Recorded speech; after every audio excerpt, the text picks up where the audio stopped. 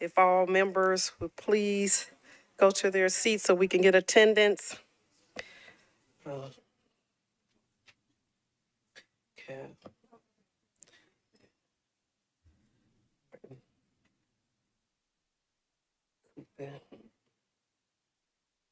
I don't see Parker.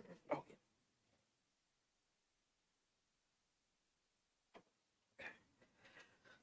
okay.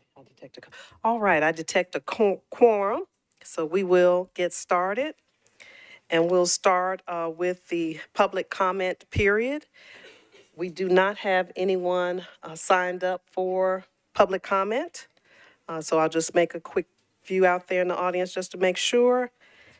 All right, we will move on from the public comment period and move into the consent agenda.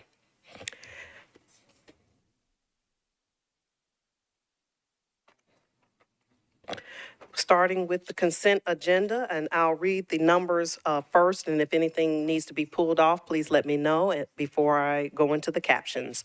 On consent, we have number 2 on your agenda, RS 2023-88, RS 2023-89, RS 2023-90, Bill on second reading, Bill 2023-5, Bill 2023-76, and Bill 2023-77.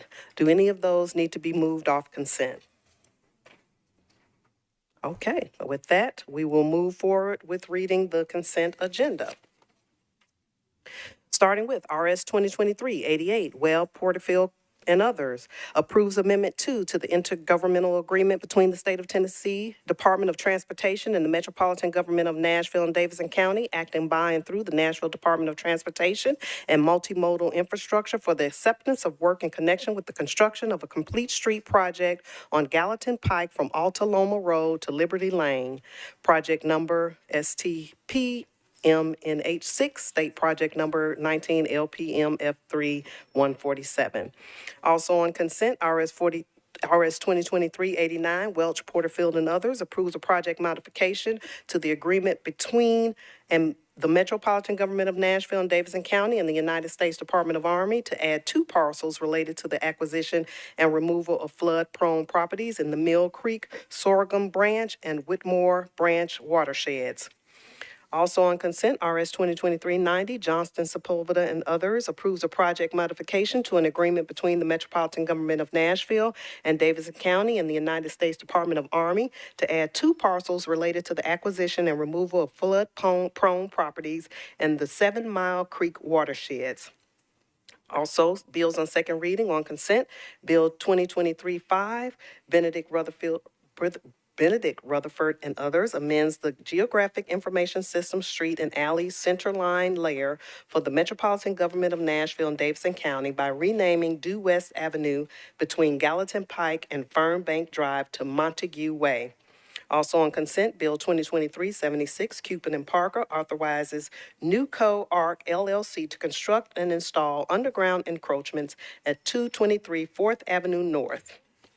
And last on consent, BL 2023-77, Toombs and Parker amends the Geographic Information System Street and Alley Centerline layer for the Metropolitan Government of Nashville and Davidson County by abandoning a portion of right-of-way and easements of existing Lemuel Road at the intersection of Dickerson Pike and Lemuel Road after the completion of the realignment of Lemuel Road at that intersection. May I have a motion? Thank you. Any discussion? And I second that. All in favor? Any opposed? Thank you. The consent agenda is approved. Now going back to the first item, and I'll give a little explanation about that, and we'll move that to the E-Hill. The Planning and Zoning Committee, election of 1 member from its membership to fill council member representative on the Metropolitan Action Commission. According to code, this appointment or election of a member was at the Affordable Housing Committee.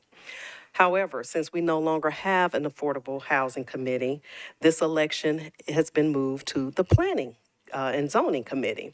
So what we are doing are we're nominating a member or members from our committee to be elected to serve as a representative on the Metropolitan Action Commission's committee. And that committee, just for reference, Metro Action Commission manages and handles and administers our Head Start, Metro Head Start programs, our youth engagement programs such as our Power Youth Empowerment Program, Employment Program, our family and community services such as our utility and food assistance programs, and our adult education programs. And that commission meets about 8 times a year. In January, March, May, June, August, September, October, and December.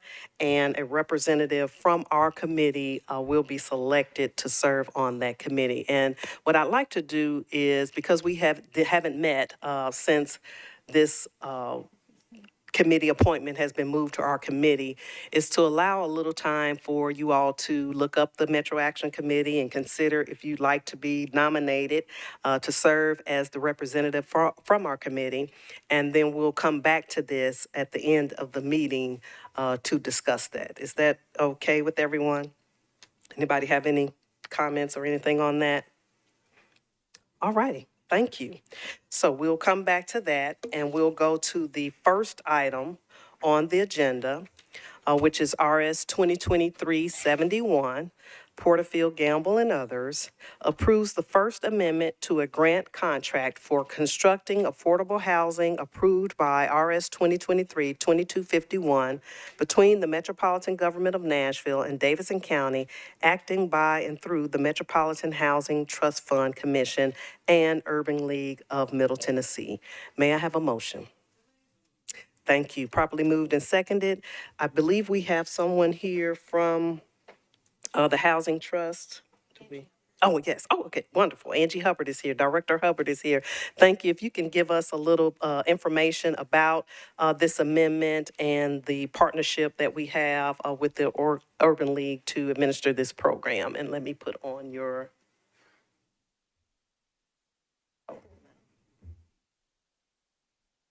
Okay. Thank you. Good evening. I'm Angie Hubbard, Housing Director, Metro Planning.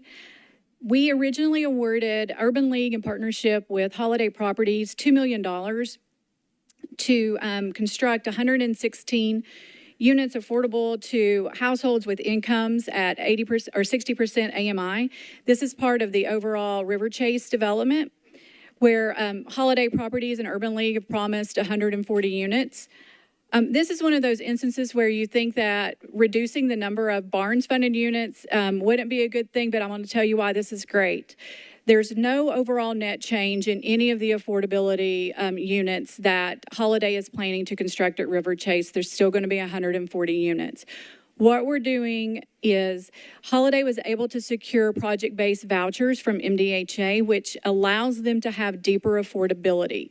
At households at 30% of the area median income or below, I can't tell you how much we need this in our city. So reducing the number of Barnes Fund units from 116 to 88, this money will now go to help with those 0 to 30% units because the subsidy needed to make those financials work is much higher. But what we're also getting out of this is Holiday has changed the unit mix that was originally proposed with Barnes Funds, which was a mixture of studios, 1 and 2, 3 bedrooms. They've eliminated studios from the 0 to 30. All of their 3-bedroom units now are going to be offered to 0 to 30%, which is a huge thing that we need. And I'm just so grateful that they were able to make this work. So with that, that's why before we even proposed this to the Housing Trust Fund Commission, we asked them to justify this. Both our team and the Trust Fund Commission felt like this was a worthwhile amendment. We do have representatives from both the Urban League and Holiday Properties to walk you through any of their financial layering, which can get really complicated to make a deal like this work. But that is the amendment in a nutshell. Thank you. Do we have any questions from anyone on the committee? Councilmember Parker. Thank you. I just want to echo what Director Hubbard said about this and just highlight that when the River Chase apartments were demolished, we lost a lot of the only affordable 3-bedroom units in the area. We're not getting 212 back out of this, but we're getting a substantial number back that will be affordable in that 30 and below area. So really applaud the team, the housing folks, Urban League, Holiday for getting this amendment together, and I'm very supportive of it. So thank you. Thank you. Any other questions or concerns that anyone would like to raise? All right, looks like we're ready to move this. All those in favor? Any opposed? All right, thank you. Motion passes. All right, it looks like we're back to our first item, the Planning and Zoning Committee election of a representative for the Metropolitan Action Commission. And I guess at this time, I will open up the floor for nominations.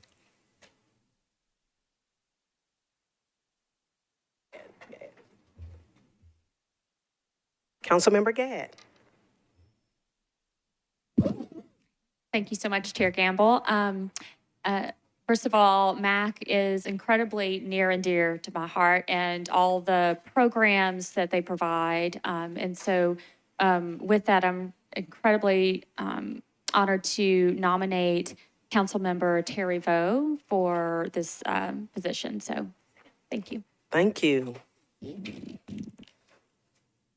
That is wonderful, Councilmember Vo, and hopefully you accept that nomination. Yes, wait a minute. Yes. Thank you so much, Councilmember Gadd. And yes, I accept the nomination. Thank you. Are there any other nominations? All right, with that, let's take a vote on Councilmember Terry Vo representing the Planning Commission for the Metro Action Commission. All those in favor? Any opposed? All right, thank you, Councilmember Vo, and thank you, Councilmember Gadd, for nominating Councilmember Vo. We look forward to you representing us well, which I know you have a great affinity for the Head Start program and the social service programs, and I think you'll be great. So thank you for your willingness to serve in that position. I would like to go back and recognize our vice chair. Councilmember Deontay Harold has accepted the vice chair position for the Planning Commission. If we can congratulate Councilmember Harold, thank you so much. Look forward to working with you in that capacity. And also, I'd like to remind everyone that your CIB, your a request for what am I trying to say? For projects are due by November 15th, which is a week from Wednesday. And so if you haven't already, please go and find the email that came from Matthew Wilkerson with the link to your projects for your district and get that submitted to him by November 15th. If you have any questions, you can reach out to Matthew Wilkerson in the council office or Greg Claxton in the planning department. Any questions about our CIB, Capital Improvement Budget Project? All right. With that, we will adjourn. Thank you.